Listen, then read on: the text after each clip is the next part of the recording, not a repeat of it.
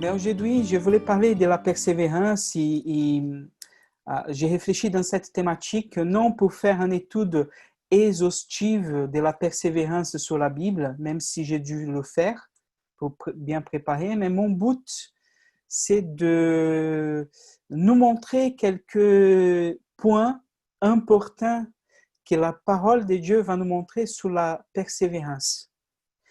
Et je pense aujourd'hui, dans cette première parole, je vous invite d'abord à réfléchir sur quelle est notre attente dans l'avenir. Que réserve-nous l'avenir? Que réserve-nous le lendemain? On a vu dans ces 6 ou 8 mois, notre vie s'est bouleversée par quelque chose qui n'était pas sous notre contrôle. Nous ne savons pas ce qui nous attend pour demain. D'un coup, tout peut changer. Et la vie peut devenir extrêmement difficile. Cette situation nous montre que la vie ne nous épargne pas de sa dimension tragique. Dieu ne nous épargne pas non plus de cette dimension tragique de la vie. Peu importe où nous étions, comment nous étions, nous avons tous été pris dans ces réseaux d'inattendus qui se passent dans le monde aujourd'hui. Qu'est-ce qui nous attend demain? C'est la question que nous devons nous poser. C'est une question qui a soulevé de nombreuses spéculations. Beaucoup ont parlé, par exemple, des situations très catastrophiques du plan économique, physique. D'autres sont un peu plus ou un peu moins pessimistes. Nous entendons des gens dire qu'après le Covid-19, ça va apporter un réveil éthique de la société. D'autres vont dire un réveil de la foi parce que plus les gens vont être là avec le Seigneur, peut-être nous ferons-nous, je ne sais pas. Je ne sais pas. Mais je voudrais réfléchir au conseil de l'auteur du livre d'Ecclésiaste, le Qoélète, qui nous dit dans le chapitre 7, verset 14, « Au jour du bonheur, jouis du bonheur, et au jour du malheur, réfléchis, car Dieu a fait l'un et l'autre, de sorte que l'homme ne puisse rien devenir de son avenir.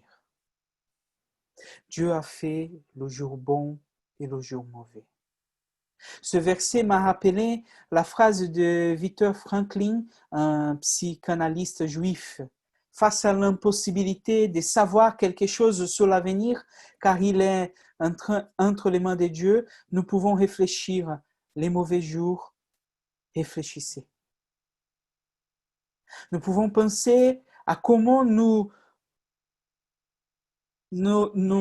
positionner aujourd'hui pour être différents demain. Nous allons avoir sur les différentes perspectives car nos expériences sont différentes. Chacun a son chemin, chacun a son parcours. Une situation, une réaction qui a marché pour l'un ne va pas forcément marcher pour l'autre. Le moment où je me trouve dans une situation spécifique de difficulté, qu'elle soit spirituelle, physique, émotionnelle, pour ne pas être la même façon de vivre qu'une autre personne dans cette même situation que je me trouve. Or, il me semble que aussi les réactions et les décisions ne sont pas forcément non plus les mêmes. L'idée est précisément de présenter les situations de persévérance, d'expérience, de la foi dans les temps où le mal se présente et comment cette persévérance conduit à une expérience de la foi qui produit l'espérance. C'est ce qui nous dit l'apôtre Paul dans Romains chapitre 5. La tribulation produit de la persévérance et la persévérance une foi expérimentée et celle-ci une espérance vivante. Il est intéressant de noter que dans le verbe persévérer, il y a le mot sévère. Persévérer en latin signifie persister dans la difficulté, contrairement à l'entêtement, qui est la persévérance dans l'erreur.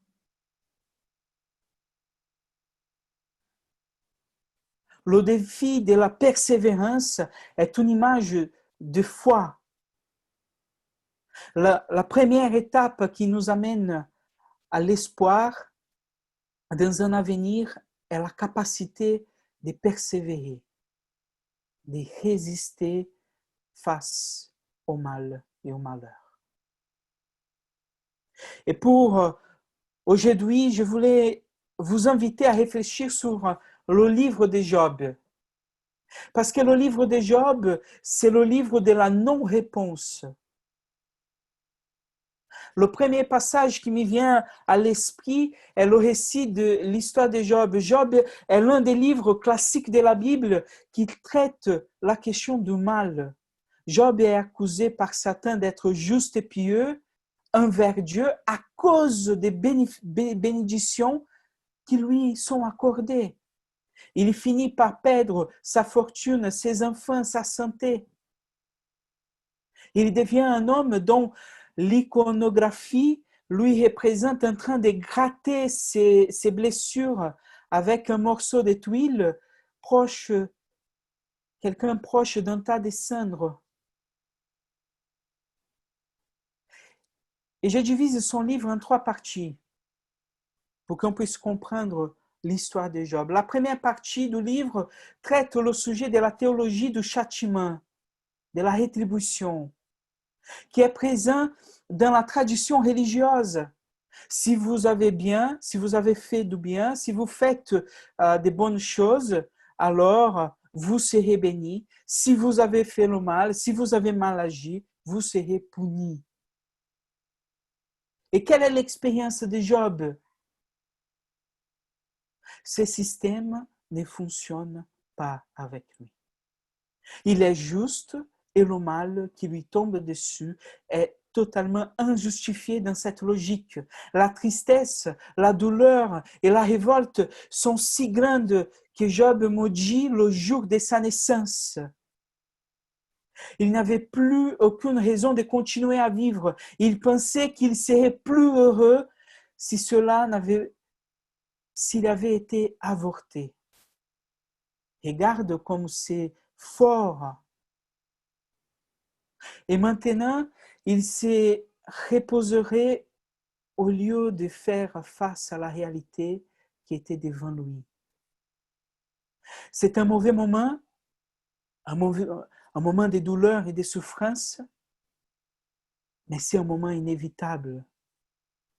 Si vous êtes dans cette situation où vous ne pouvez rien faire pour éviter, le mal s'est présenté sans rien dire de son origine, il est là, c'est quand même un moment qui peut être spécial car c'est un moment idéal, un kairos, le moment propice, non seulement pour vous connaissiez Dieu, mais pour que vous connaissiez vous-même. Job nous montre ça. Car s'il y a une chose que les épreuves nous font, c'est précisément de détruire les forteresses que nous construisons de nos propres mains. Nos idoles qui font toujours référence à notre compréhension de nous-mêmes et notre compréhension de Dieu. Job pensait que Dieu agissait dans un système de rétribution et Job a pensé à lui-même qu'il pouvait tout comprendre de Dieu. C'est dans son épreuve qu'il va découvrir qu'il avait tout faux. Le deuxième moment du livre, la deuxième partie, c'est la relation entre Job et ses amis. Au milieu de tout ce qui est perdu, il a 3 amis qui se déplacent pour lui rendre visite. Après avoir respecté le temps de silence, les amis cherchent une explication au mal dans la logique humaine. Pendant 35 chapitres, Job et ses amis discutent de l'origine du mal. Et dans toute cette période, Dieu est en silence. Les amis de Job disaient, Job, tu vis ça parce que tu as fait quelque chose de mal. Regarde là dans tes fichiers que tu vas trouver quelque chose. Tu as dû faire quelque chose qui t'échappe, mais c'est le résultat de quelque chose que tu as fait. C'est une attitude terrible qui nous met en garde.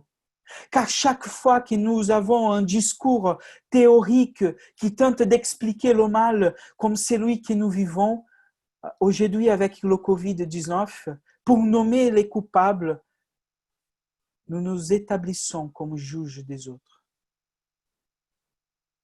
Ces amis de Job sont des théologiens du cabinet, comme dirait Luther. Le réformateur a déclaré que seule l'expérience peut faire un théologien. Et ses amis, lorsqu'ils sont devant Job, ne démontrent pas cette expérience. Il y a des hypothèses, de la théologie, de la réflexion, mais il n'y a pas l'expérience. Il y a une théologie du cabinet. Ils ont leurs principes, leur doctrine, leur logique, leur compréhension, et ils insistent auprès de Job en lui disant, vous ne le savez peut-être pas, mais si vous évaluez bien la situation, vous avez péché, vous l'avez mérité.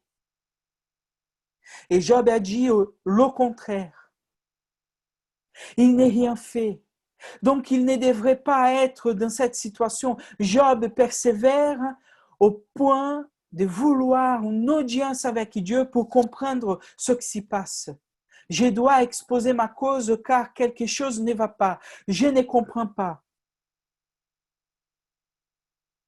J'ai entendu une fois un conseil pour quelqu'un qui est dans la mer lorsque les eaux sont agitées, afin de ne pas se désespérer. Vous devez fixer vos yeux sur quelque chose de ferme. Si les eaux commencent à devenir turbulentes, regardez la plage. Si vous ne pouvez pas voir la plage, regardez la montagne. Et si vous ne pouvez pas regarder les montagnes, regardez le ciel. C'est le conseil que j'ai reçu. Je ne sais pas si ça c'est vrai. Je n'ai jamais vécu telle expérience. Mais c'est ce qui fait Job.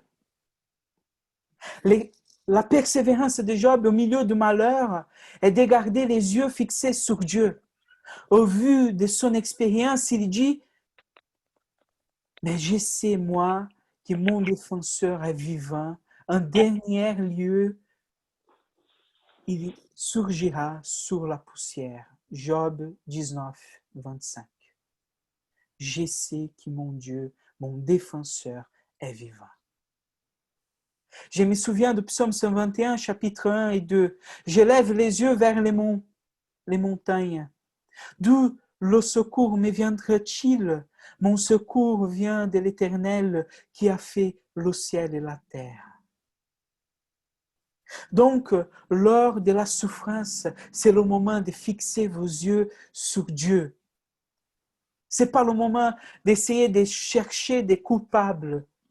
Ce n'est pas le moment d'écouter les prophètes des malheurs qui viennent nous dire « Non, mais c'est à cause de ceci, c'est à cause de cela. » C'est le moment de fixer les yeux vers le Seigneur, vers les montagnes. Troisième moment du livre, c'est la réponse que Dieu va donner à Job. D'une manière ou d'une autre, Dieu a écouté Job dans la première partie. Il a écouté ses amis dans la 12e partie. Et ce qui semble clair, c'est que la réponse que Dieu donne à ses amis, c'est la réponse que Dieu donne à Job. Il a écouté ses amis dans la 12e partie. Et ce qui semble clair, c'est que la réponse que Dieu donne à ses amis, c'est la réponse que Dieu donne à Job. est que vous avez tort. Vous n'avez rien compris. Mais Dieu ne dit rien sur l'origine du mal. Au lieu de lui donner une réponse à ces questions, Dieu interroge Job avec une certaine pointe d'humeur. Au chapitre 38, verset 3, il dit, je vais vous poser quelques questions et vous allez m'instruire. Vous imaginez Dieu nous disant ça? Allez-y, vous êtes trop connaisseurs, voilà, je vais m'asseoir ici, enseignez-moi. Comme si Dieu le disait, parce que vous savez tout, je vais vous interroger et vous m'allez m'enseigner. Quand il sort de son silence, Dieu prend Job par la main, il l'entraîne dans la création. Il parle de géographie, évoquant le cours des vents, les limites de l'océan, l'origine des pluies.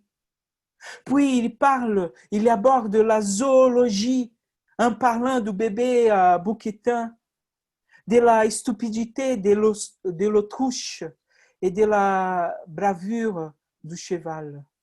Il continue en évoquant deux créatures, Béhémoth et Léviathan, parfois comparés à l'hippopotame et le crocodile, mais qui peut aussi faire référence à des animaux disparus.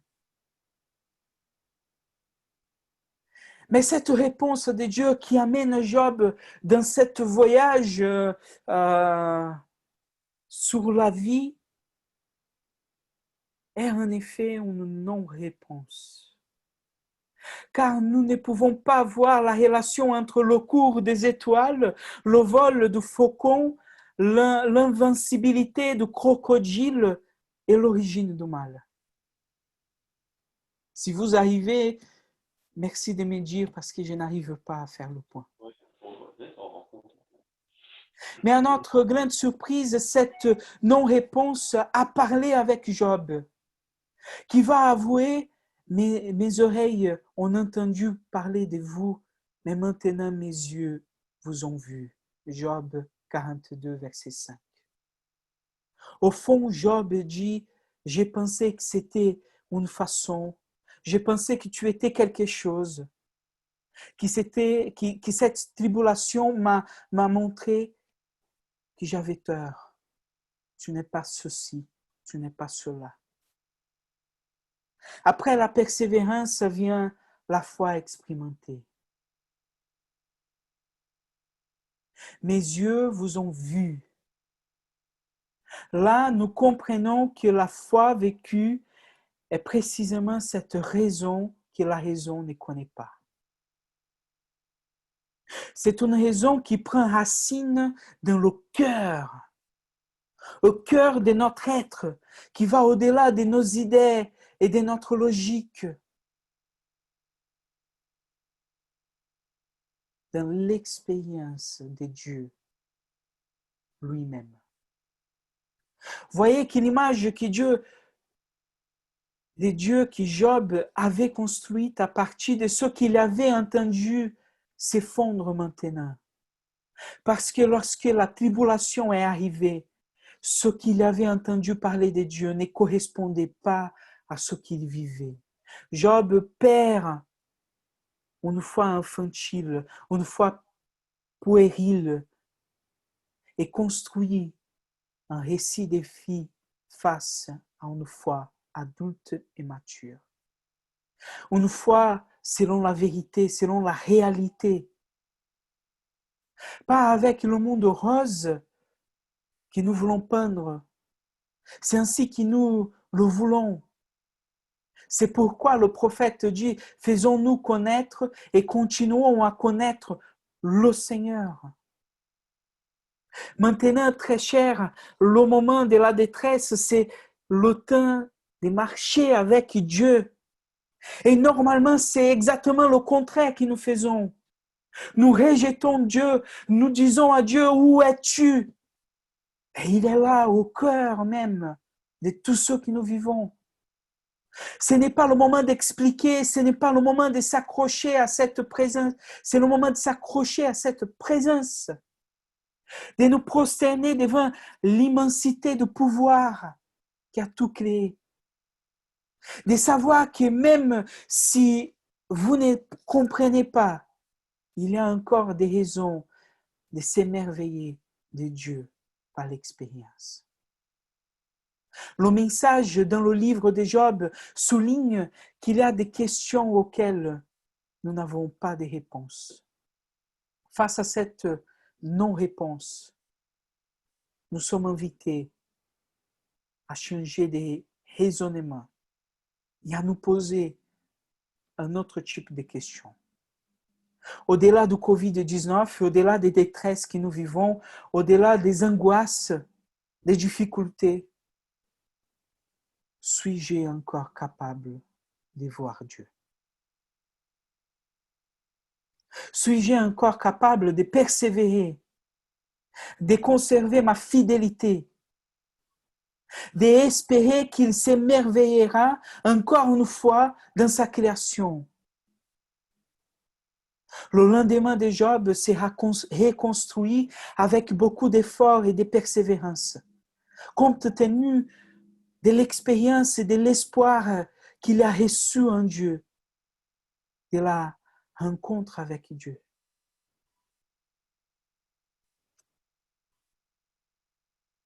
À la fin, ce qui va nous faire passer la détresse, passer le moment difficile et continuer, c'est le point où nous regardons. Amen.